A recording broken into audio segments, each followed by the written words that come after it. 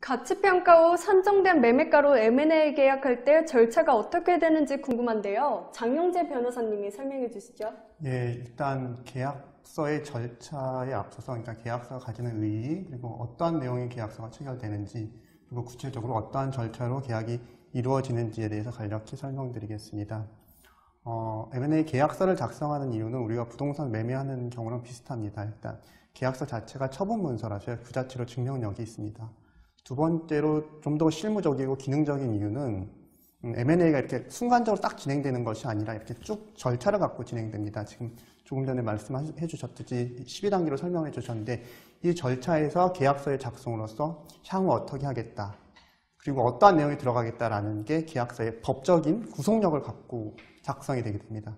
이게 M&A 계약서를 작성하는 이유이고요. 그러면 과연 어떠한 내용으로 계약서가 작성이 되느냐를 봤을 때 지금 실무상 가장 많이 사용되는 것은 주식 양수도 계약서입니다. 왜냐하면 우리나라 대부분 지금 프랜차이즈 기업도 마찬가지고요. 대부분의 회사들이 주식회사입니다. 주식회사의 이전은 주식, 그러니까 대주주의 주식을 매도인의 주식을 매수인한테 넘기면서 대주주의 회사의 경영권이 넘어가는 거죠. 그런 식으로 이루어지는 게 이제 가장 일반적인 계약입니다. 두 번째는 대상 회사들이 여러 가지 영업을 할 수 있거든요. 사업 부분이 여러 가지가 있을 수 있습니다. 그 중에 한 가지 사업 부분을 분리해서 넘기기를 원할 수가 있거든요.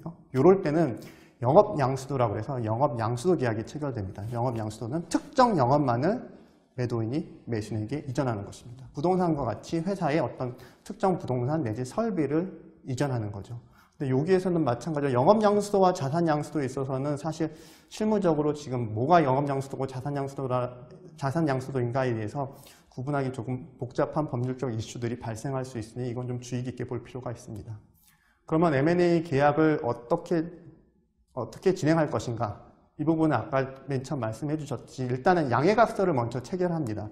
양해각서에는 이 계약서에서 이 회사를 인수할 때 인수대금을 얼마나 할 것인가, 그럼 인수대금을 어떻게 본실사 이후에 어떻게 조정을 할 것인가, 그리고 인수한 이후에 계약서에서 어떤 내용을 정확히 반영할 것인가 라는 게 양해각서 1차적으로 기본적으로 들어가고요. 그 다음에 본실사를 해서 아까 현미경 실사라고 하셨는데 상세 실사를 해서 회사에 어떤 점에 문제가 있는지, 이제 무엇이 드러난지가 당연히 드러날 겁니다. 요거를 매도인과 매수인이 협상을 통해서 하나하나 문구들을 만들어가는 작업이 필요합니다.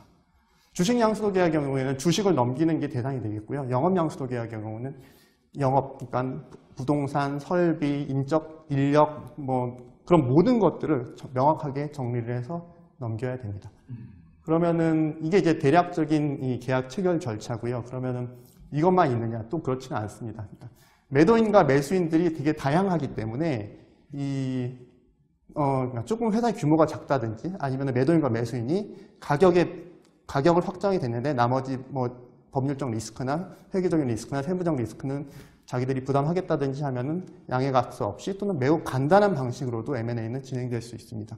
그리고 본계약 이후에도 양수인이 바뀐다든지 아니면은 매매대금이 조금 조정할 필요가 있다든지 계약 기간, 종결 기간을 연장할 필요가 있다든지 이러한 경우에는 부가적인 계약서들이 체결되기도 합니다.